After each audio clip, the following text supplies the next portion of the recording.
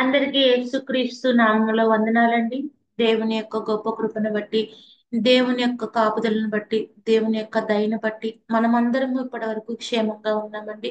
సృష్టిలో మనకి సమస్తాన్ని దయచేసి సజీవుల లెక్కలో ఉంచి ఆరోగ్యము, క్షేమము, ఆయుష్ను దయచేస్తూ మన కుటుంబాల చుట్టూ కంచా కాపుదల కృపనుంచుతున్న మరి మన కన్న తండ్రి అయిన దేవునికి స్తుతి మహిమ కలుగును గాక. ప్రేమైన దేవుని పిల్లలారా, మరి ప్రార్థన చేసుకొని ఈ రోజు వాక్యాన్ని ప్రారంభించుకుందామండి. పరిశుద్ధుడ, ప్రేమ నమ్మకము కలిగిన మా ప్రియ పరలోకపు తండ్రి, నీ ఘనమైన నామానికి వేల కొలది వందనాలు, స్తుతులు, స్తోత్రములు తండ్రి. ఇప్పటి వరకు నా తండ్రి మంచి ఆరోగ్యమును నా తండ్రి, క్షేమమును నా తండ్రి మాకు దయచేసిన తండ్రి, సజీవుల లెక్కలో ఉంచిన తండ్రి, ఈ సమయంలో నా తండ్రి ప్రార్థించుకోవటానికి ప్రార్థించుకోవటానికి వాక్యాన్ని ధ్యానించుకోవటానికి నా తండ్రి మీరు ఇచ్చిన గొప్ప భాగ్యాన్ని ధన్యతని బట్టి నా తండ్రి మీకే వేల కొలది వందనాలు, స్తుతులు, స్తోత్రములు తండ్రి. మాకు ఇచ్చిన గొప్ప రక్షణ భాగ్యాన్ని బట్టి నా తండ్రి, సంఘ సహవాసాన్ని బట్టి నా తండ్రి, వాక్యంలో నా తండ్రి మమ్మల్ని నడిపిస్తున్నందుకు నా తండ్రి మీకే వేల కొలది వందనాలు, స్తుతులు, స్తోత్రములు తండ్రి. ఈ మాటలు వింటున్న ప్రతి బిడ్డని జ్ఞాపకం చేసుకోండి తండ్రి. ప్రతి కుటుంబాన్ని పేరు పేరున జ్ఞాపకం చేసుకోండి తండ్రి. బిడ్డలకు మంచి ఆరోగ్యం దయచేయండి తండ్రి, క్షేమాన్ని దయచేయండి తండ్రి. కుటుంబాల చుట్టూ మీ కంచె, మీ కాపుదల, మీ కృపనిచ్చండి తండ్రి. ఉద్యోగాల్లో, వ్యాపారాల్లో తోడుగా ఉండండి తండ్రి. ప్రతి ఆర్థిక పరమైన ఇబ్బంది నుంచి బిడ్డలకు విడుదల దయచేయమని వేడుకుంటున్నాము తండ్రి. మరి ముఖ్యంగా నా తండ్రి బిడ్డలు ఆత్మీయంగా బలపడాలి నా తండ్రి, వాక్యంలో నా తండ్రి ఎదుగులాగా నా తండ్రి బిడ్డలు నా తండ్రి ఆత్మీయంగా బలపడిన తండ్రి పరలోక రాజ్యాన్ని స్వతంత్రించుకునే వారముగా ప్రతి ఒక్కరూ ఉండులాగా నా తండ్రి అటువంటి జ్ఞానము నా తండ్రి, అటువంటి ధన్యతను మా అందరికీ దయచేయమని నా తండ్రి. ఇప్పుడు ఏ మాటలు అయితే అవసరమో నా తండ్రి ఆ మాటలను మాతో మాట్లాడమని నా తండ్రి. ఈ ప్రార్థన మీ కుమారుడు మా రక్షకుడైన యేసుక్రీస్తు వారి నామంలో అడిగి వేడుకొనిచున్నాము తండ్రి. ఆమేన్. మంచిదండి. ప్రేమైన దేవుని పిల్లారా, మరి గత కొన్ని వారాలుగా మనము ఎలీషా గారి జీవితంలో దేవుడు జరిగించిన అద్భుతాల గురించి మనం మాట్లాడుకుంటూ వస్తున్నామండి. మరి ఇంతకు ముందు మాట్లాడుకున్న మరి వీడియోలో మనము ఏలియా గారి జీవితంలో దేవుడు జరిగించిన 9 అద్భుతాల గురించి మరి మాట్లాడుకోవటం అనేది జరిగింది. మరి ఈ రోజు ఏలియా గారి జీవితంలో జరిగిన మరి యొక్క 4 అద్భుతాల గురించి మనం మాట్లాడుకుందామండి. ఏలియా గారి జీవితంలో జరిగిన క్షమించండి, ఎలీషా గారి జీవితంలో దేవుడు జరిగించిన మరి ఒక 4 అద్భుతాల గురించి మనం ఈ రోజు మాట్లాడుకుందామండి. మరి ఎలీషా గారి జీవితంలో దేవుడు జరిగించిన 10వ అద్భుతం గురించి ఇప్పుడు మనం మాట్లాడుకుందామండి. మరి 9వ అద్భుతం గురించి మరి ముందు వీడియోలో మనం మాట్లాడుకుని ఉన్నాము. మరి దానికి కంటిన్యూషన్ గా మరి 10వ అద్భుతం ఎలీషా గారి జీవితంలో దేవుడు జరిగించిన 10వ అద్భుతాన్ని గనక మనం జ్ఞాపకం చేసుకున్నట్లయితే ప్రేమైన దేవుని పిల్లారా, రాజుల 2వ గ్రంథము 4వ అధ్యాయము 43వ వచనం చూసుకుందామండి. 42వ వచనాన్ని నుంచి ఒకసారి చదువుకుందామండి. రాజుల 2వ గ్రంథము 4వ అధ్యాయము 42వ వచనము. మరియు ఒకడు బయలుశాల్చి నుండి మొదటి పంట బాపతి యవల పిండితోనూ చేయబడిన 20 రొట్టెలను, క్రొత్త గోధుమ వెన్నులను, కొన్ని పండ్లను తీసుకుని వచ్చి దైవజనుడైన అతనికి కానుకగా ఇవ్వగా అతడు జనులు భోజనం చేయుటకు దాన్ని వడ్డించవలెను. మరి ఈ సందర్భాన్ని మనం జ్ఞాపకం చేసుకుంటే ప్రేమైన దేవుని పిల్లరా, మరి ఒక వ్యక్తి ఎలీషా గారి దగ్గరికి మరి కొన్ని భోజన పదార్థాలు తీసుకువచ్చినట్టు మనకి ఇక్కడ కనపడుతుందండి. మరి అక్కడ భోజన పదార్థాలను ఆ వ్యక్తి వచ్చినప్పుడు ఎలీషా గారు మరి అక్కడ ఉన్న జనులకు మరి దాన్ని పంచమని చెప్పినప్పుడు జరిగిన విషయాన్ని జ్ఞాపకం చేసుకుంటే తర్వాత వచనంలో చూసుకుందామండి. 43వ వచనము.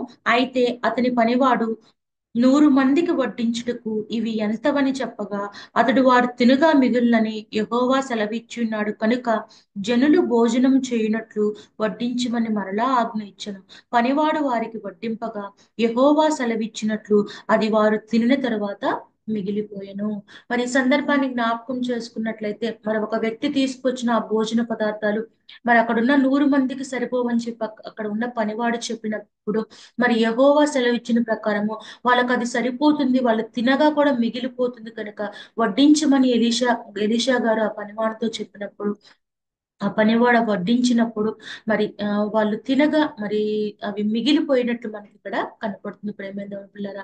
అనగా ఎలీషా గారి జీవితంలో దేవుడి ద్వారా జరిగించిన పదో అద్భుతం ఏమిటంటే, మరి ఆయన దగ్గరకు ఒక వ్యక్తి భోజన పదార్థాలను తీసుకొచ్చినప్పుడు అవి అక్కడున్న జనులకు సరిపోకపోయినా సరే, మరి ఆయన దేవుని ప్రార్థించినప్పుడు దేవుని దయ వల్ల, దేవుని కృప వల్ల అక్కడ ఉన్న వాళ్ళందరికీ ఆ భోజన పదార్థాలు సరిపోగా ఇంకా మిగిలినట్లు కూడా ఒక సూచక క్రియ, ఒక అద్భుత కార్యం అనేది ఎలి ఎలీషా గారి ద్వారా దేవుడు జరిగించినట్లు మనకి ఇక్కడ కనపడుతుంది ప్రేమైన దేవుని పిల్లారా. అదే ఎలీషా గారి జీవితంలో దేవుడు జరిగించిన పదవ అద్భుతము. ఉన్న కొంచెము భోజన పదార్థాలు అక్కడున్న అనేక మందికి సరిపోగా ఇంకా చాలా మిగిలిపోయినట్లు మనకి కనపడుతుంది ప్రేమైన దేవుని పిల్లారా. ఇదే పదవ సూచక క్రియ. ఇంకా గనక మనం గనక చూసుకున్నట్లయితే 11వ అద్భుతం ఎలీషా గారి జీవితంలో దేవుడు జరిగించిన 11వ అద్భుతాన్ని గనక మనం జ్ఞాపకం చేసుకున్నట్లయితేనండి, ఇది అనేక సార్లు చదువుకుంటున్నామండి. మరి వాక్యంలో అనేక సార్లు విని ఉన్నాం, మనందరికీ బాగా తెలిసిన సందర్భమే అయినా ఒకసారి గనక మనం చూసుకున్నట్లయితే ఇదే రెండవ రాజుల గ్రంథము 5వ అధ్యాయము 14వ వచనం చదువుకున్నామండి. 5వ అధ్యాయము 14వ వచనం. ఈ సందర్భాన్ని గనక మనం ఒకసారి ఆలోచన చేసినట్లయితే, మరి సిరియా దేశపు సైన్యాధిపతి అయిన నయమాను గారి సందర్భం అండి మనకు జ్ఞాపకం ఉన్నట్లు, మనకు తెలిసినట్లు. మరి నయమాను గారు కుష్ఠవ్యాధితో బాధపడుచున్నప్పుడు అనేక చోట్ల ఆయన తిరిగినా దానికి ఏ ఫలితం దొరకనప్పుడు రాజు ద్వారా మరి ఎలీషా గారి దగ్గరికి పంపబడినప్పుడు, ఎలీషా గారి దగ్గరికి నయమాను గారు వచ్చినప్పుడు, మరి ఎలీషా గారు ఏం మాట్లాడకుండా, అతని నుంచి ఏమి వినకుండా, అతని సమస్య ఏంటి అనేది ఏమి వినకుండా వెళ్ళి యొర్దాను నదిలో 7 సార్లు మునిగి రమ్మని చెప్పి ఎలీషా గారు చెప్పినప్పుడు నయమాను గారు తిరిగి ఆ పని జరిగించకుండా తిరిగి వెళ్ళిపోవటం అనేది మనము ఆ సందర్భంలో గమనించుకోవచ్చండి. తన గురించి ఏం విల్లా అసలు ఏంటో తెలియకుండా ఇలా యొర్దాను నదిలో 7 సార్లు మునిగి రమ్మని చెప్పి నయమాను గారు తిరిగి వెళ్ళిపోతున్నప్పుడు అతని సైన్యాల్లో ఒక అతను మరి ఆ, ఈ దైవజనుడు చెప్పినట్లు జరిగించమని చెప్పి సలహా ఇచ్చినప్పుడు దాని ప్రకారం నయమాను గారు జరిగించిందండి. ఒకసారి గనుక మనం చూసుకున్నట్లయితే 5వ అధ్యాయము 14వ వచనం. అతడు పోయి దైవజనుడు చెప్పినట్లు యోర్దాను నదిలో 7 మారులు మునుగగా అతని దేహము పసిపిల్ల దేహము వలనై అతడు శుద్ధుడాయను.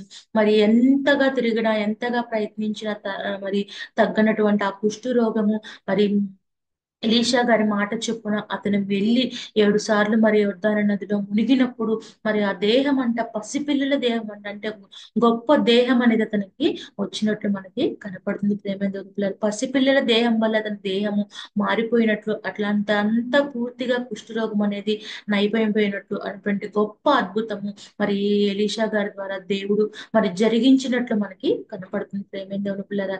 ఇదే ఎలీషా గారి జీవితంలో దేవుడు జరిగించిన 11వ అద్భుతం ప్రేమైన పిల్లరా. ఇంకా గనక మనం చూసుకున్నట్లయితే ఇంకొక 2 అద్భుతాలు కనుక మనం జ్ఞాపకం చేసుకున్నట్లయితేనండి, 12వ అద్భుతం 13వ అద్భుతం మనం జ్ఞాపకం చేసుకున్నట్లయితే ఈ 2 అద్భుతాలు కలిసి ఒకే సందర్భం లాగా ఉన్న అక్కడ 2 అద్భుతాల్లో మనం జ్ఞాపకం చేసుకోవచ్చు అండి. అవేంటో గనక మనం చూసుకున్నట్లయితే ఇదే రాజుల 2వ గ్రంథము, ఇదే 5వ అధ్యాయం 26వ వచనాన్ని ఒకసారి చూసుకుందామండి. 26వ వచనం.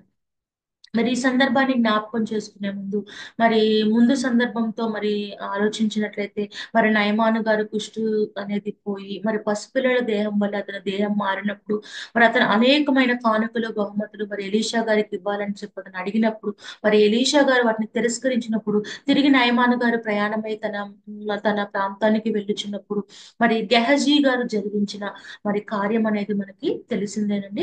ఆ సందర్భాన్ని ఒకసారి జ్ఞాపకం చేసుకున్నట్లయితే మరి 2వ రాజుల గ్రంథము 5వ అధ్యాయము 26వ వచనం కనుక చదువుకున్నట్లయితే, అంతటి ఎలీషా వానితో, ఆ మనుషుడు తన రథము దిగి నిన్ను ఎదుర్కొనుటకు తిరిగి వచ్చినప్పుడు నా మనసు నీతో కూడా రాలేదా?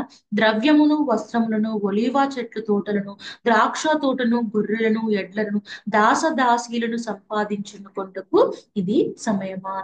గెహజీ గారు వెళ్ళిపోతున్న నయమాను గారిని ఆపి ఎలీషా గారు అడిగారని చెప్పి మరి కొంత ఆ, కానుకలను గెహజీ గారు ఎలీషా గారి పేరు చెప్పి తీసుకొని మరి వచ్చి వాటిని మరి పక్కన దాచి ఉంచినప్పుడు ఎలీషా గారు ఆ విషయాన్ని గెహజీ గారితో మాట్లాడుతున్న సందర్భం ప్రేమేంద్రుని పిల్లరా. ఇక్కడ 12వ అద్భుతాన్ని గనక మనం జ్ఞాపకం చేసుకున్నట్లయితే మరి ఎలీషా గారు మరి అక్కడ ఏమి జరిగిందో ఆ ప్రాంతానికి గెహజీ గారితో పాటు ఎలీషా గారు అక్కడికి వెళ్ళకపోయినా సరే అక్కడ ఏమి జరిగిందో ప్రతిదీ గ్రహించగలిగారు ప్రేమేంద్రుని పిల్లలు ఎలీషా గారు. ప్రతీది గ్రహించి గెహజీ ఏం చేశాడో అన్ని తెలుసుకొని మరి గెహజీతో మరి మాట్లాడి అతను జరిగించిన మరి కార్యాన్ని గ్రహించి అతనితో మాట్లాడుతున్నట్లు మనకి ఇక్కడ అర్థమవుతుంది ప్రేమేంద్రుని పిల్లల.